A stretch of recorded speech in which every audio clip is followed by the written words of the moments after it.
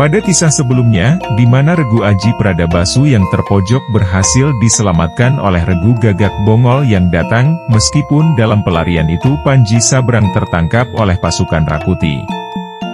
Di lain sisi di dalam istana, Rakuti mengutus pengawalnya memanggil Arya Tadah dari penjara.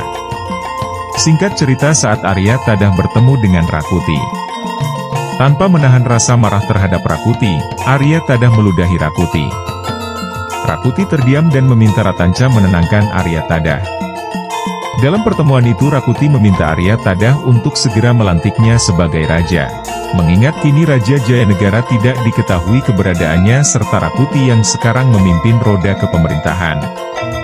Mendengar hal itu Arya Tadah tertawa dan berujar kepada Rakuti, "Mana mungkin seorang perampok menjadi raja?"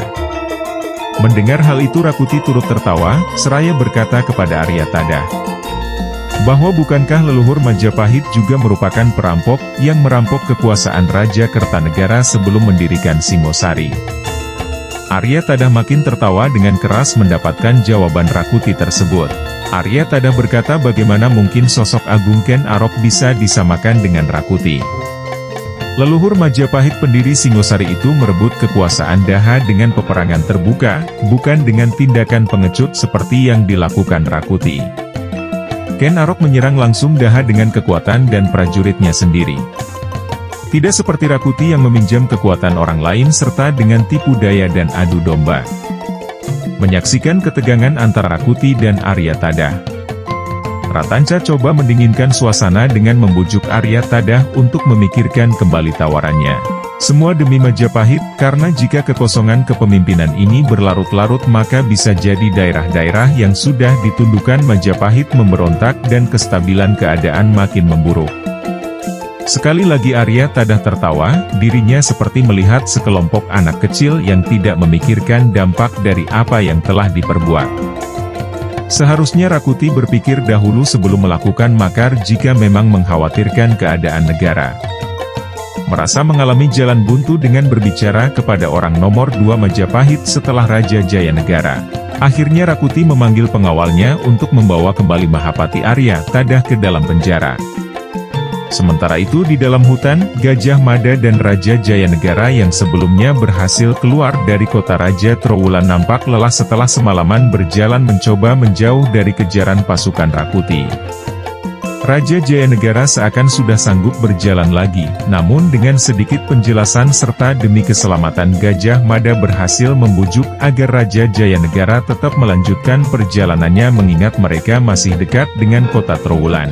Seiring waktu tibalah keduanya di dekat suatu dusun, terlihat para warga dusun sedang berjaga mengamankan dusun berjaga dari serangan maupun penjarahan para perompak yang memanfaatkan keadaan yang sedang kacau, mengingat di malam sebelumnya terjadi kerusuhan di ibu kota Majapahit, sehingga dikhawatirkan akan menjalar ke dalam dusun mereka. Dengan menyamar Gajah Mada dan Jayanegara berhasil mengelabui para warga dusun, Gajah Mada berkata mereka adalah pengungsi yang melarikan diri dari Trowulan setelah pasukan Dharmaputra pimpinan Rakuti melakukan pemberontakan. Para warga desa yang percaya akan ucapan Gajah Mada akhirnya menaruh prihatin serta menjamu mereka dengan makanan dan minuman ala kadarnya. Setelah mengisi dahaga serta lapar secukupnya dan istirahat sejenak, Gajah Mada berpamitan kepada warga untuk melanjutkan perjalanan.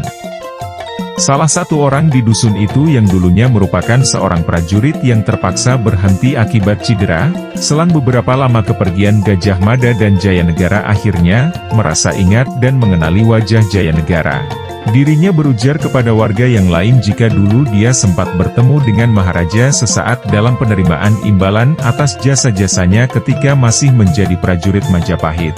Lantas para warga berdoa agar Sang Yang Agung menjaga Majapahit, mengingat Rakuti bukanlah orang yang lebih baik dari Jayanegara, serta Rakuti bukan keturunan Raden Wijaya sehingga tidak pantas memimpin Majapahit. Ditambah Rakuti juga bukan seperti Ken Arok yang mengulingkan raja lalu membuat keadaan menjadi makin sejahtera dengan mendirikan Singosari. Para Winusuha di mata warga tidak lebih dari kumpulan perampok negara serta penjilat kekuasaan yang hanya menyengsarakan rakyat. Di sisi lain di pinggiran dalam kota, nampak Gagak Bongol dan pasukan Bayangkara yang telah lolos dari kejaran pasukan Rakuti pimpinan Rawadeng sedang mengobati beberapa anggota yang terluka. Nampak Lembang Laut merasa khawatir akan tertangkapnya Panji Sabrang, takut jika Panji Sabrang dilukai dan lebih takut jika Panji Sabrang buka suara akan rencana pertemuan mereka dengan Gajah Mada beserta Raja Jayanegara di daerah Krian. Dengan itu Gagak Bongol dan Aji Pradabasu sepakat untuk membagi regu kembali, di mana regu Lembang Laut akan memimpin sisa pasukan untuk bergerak dahulu guna menemui Gajah Mada. Sementara Gagak Bongol dan Aji Pradabasu akan menyusup ke penjara istana guna membebaskan Panji Sabrang dan mencari keberadaan Mahapati Aryatada. Lantas berpisahlah kedua regu itu untuk kembali menjalankan misinya. Aji Pradabasu menyarankan akan mereka masuk ke dalam istana melalui jalur rahasia yang membawa mereka keluar terdahulu. Mendengar hal itu Gagak Bongol meragukan, takut jika pasukan Rakuti menyiapkan penyergapan maka akan sangat sulit lolos jika berada di dalam terowongan itu. Mendengar hal itu Lembang Laut memberi suatu rencana, guna suksesnya membawa Gagak Bongol dan Aji Pradabasu masuk ke istana. Lembang Laut akan membuat kegaduhan di depan gerbang istana seolah-olah akan menyerang Rakuti. Setelah disetujui kedua regu pun bergerak dan berpencar. Sementara itu Gajah Mada dan Jayanegara sudah tiba di Kadipaten Mojo Agung guna bertemu dengan seorang sahabat Gajah Mada yang dapat dipercaya. Tujuan Gajah Mada adalah untuk sementara waktu menitipkan Raja Jayanegara sementara dirinya akan bergabung dengan pasukan Bayangkara yang lain guna menjalankan rencana yang sudah dibuatnya.